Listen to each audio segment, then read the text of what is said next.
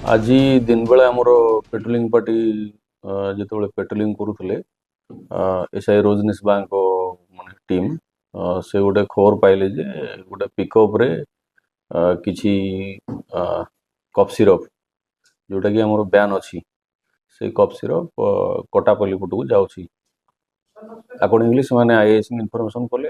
आमर एसपी साहब को इनफॉरमेशन कले एसपी साहब गोटे टीम सांगे सांगे इमिडिएटली ओवर फोन फॉर्म करके पठेले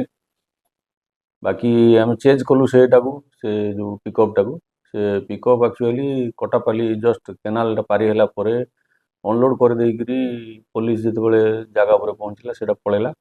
और से जगार 7-8 जन थिले ता भितर आम 2 जन को आप्रिहेंड कलु 2टा स्कूटी भी आम से जगार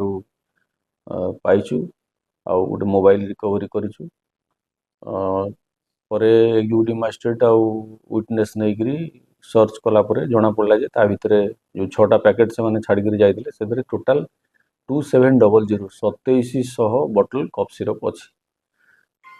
और जेहेतु पाखे किसी से कफ सिरप माने नबार कागज पत्र किसी नथिला से बाबद टाउन थाना रे केस होईची केस नंबर हूँ 719 आउ से 2 जन आमर गिरफ होती वर्तमान सूर्यल नाग आउ सिक्यूरीटी चौधरी जो मानक स्पॉट रू आम आप्रिहेंड कर विरुद्ध आईनगत कार्यानुष्ठान नि जो मैंने आब्सकंड कर स्पॉट रू बहुत शीघ्र आम भी अरेस्ट करूँ रिगार्डिंग कफ सिरप इटा तो आमर एसपी साहब सख्त निर्देश अच्छी आम भी विजिलेंट अच्छु जो जगार भी माने ये सब जिन हम इलिगाल कफ सिरप कौटी आनिक बिक्री बटा करेंगे आम पाक खबर आसो आम तुरंत से विरुद्ध एक्शन नबू।